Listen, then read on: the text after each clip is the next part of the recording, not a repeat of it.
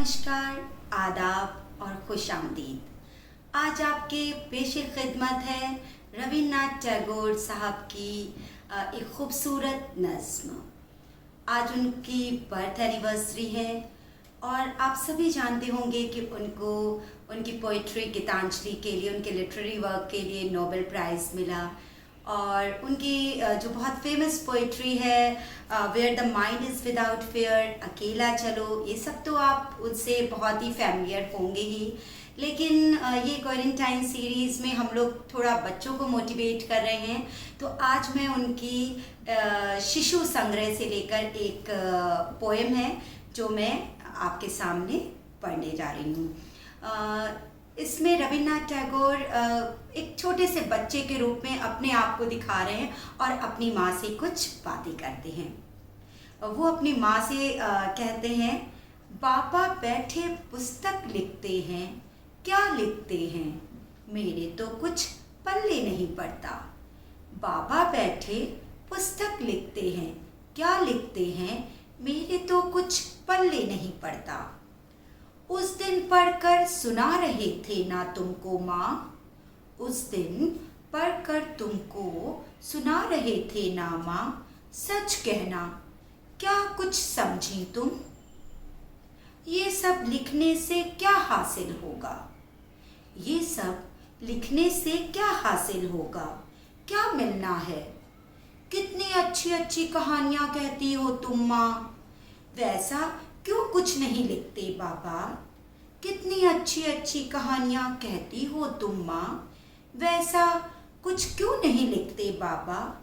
दादी माँ ने बाबा को क्या परियों वाली कहानियाँ नहीं सुनाई, दादी माँ ने बाबा को क्या परियों वाली कहानियाँ नहीं सुनाई,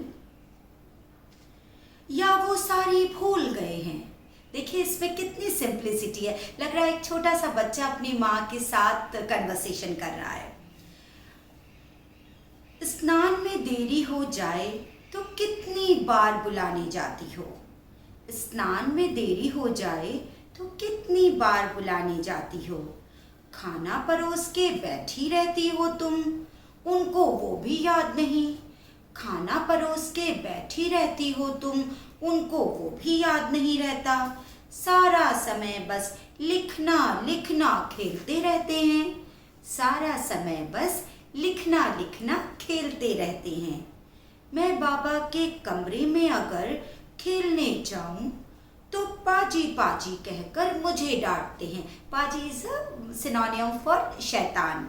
मैं बाबा के कमरे में अगर खेलने जाऊं तो पाजी पाजी कहकर मुझे डांटते हैं। थोड़ा सा भी शोर करूं तो कहते हैं, क्या देख नहीं सकते, बाबा लिखने बैठे हैं। थोड़ा सा भी शोर करूं तो कहते हैं, क्या देख नहीं सकते, बाबा लिखने बैठे हैं।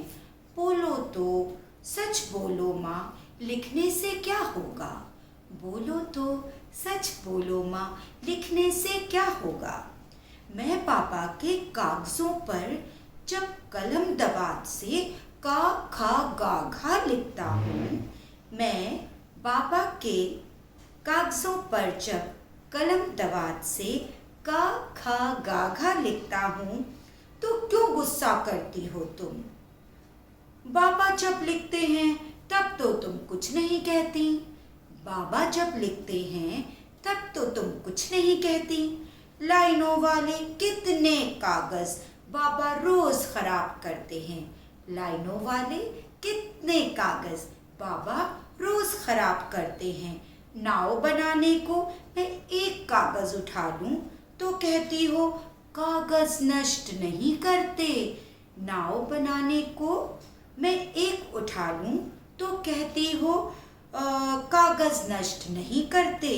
सादा कागज लिख लिख कर काले करने से क्या वो नष्ट नहीं होते।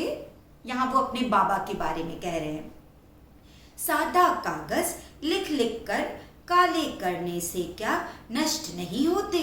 बोलो माँ सच तो बोलो, बोलो माँ सच तो बोलो। ये पोएम उन्होंने जब वो 8 इयर्स के थे तब लिखी थी। तो my dear friends, my dear छोटे बच्चों, आप लोग भी कुछ ना कुछ लिखिए और पढ़िए।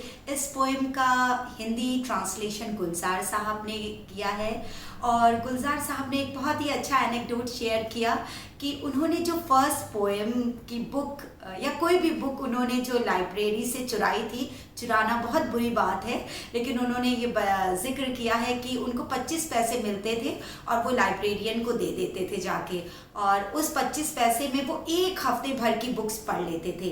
तो फेडअप होके लाइब्रेरियन ने कहा कि अब तुम्हें कुछ नहीं मिलेगा, और उसने एक बड़ी सीरियस सी बुक अपर शेल्फ से निकाली और गुलजार साहब को दे दी। लाइब्रेरियन को लगा कि ये बच्चा रविन्द्रनाथ टैगोर साहब की पोइट्री को क्या समझेगा, तो वो गुलजार साहब की फर्स्ट पोएम थी, फर्स्ट पोइट्री की बुक थी जो उन्होंने रविन्द्रनाथ टैगोर साहब की पढ़ी थी, और उनके ऊपर उस पोइट्री की बुक ने इतना असर किया कि रिजल्ट आपके सामने है। तो my dear friends, my dear छोटे बच्चों, आप लोग भी कुछ लिखते रहिए और पढ़ते रहिए। इस वीक के लिए मेरा रिकमेंडेशन है कि आप रविन्द्रनाथ टैगोर की गार्डनर और क्रिसेंट मून, जो कि हिंदी में भी अवेलेबल है, आप उनकी ये पोइट्री पढ़ सकते हैं। Bye bye, take care.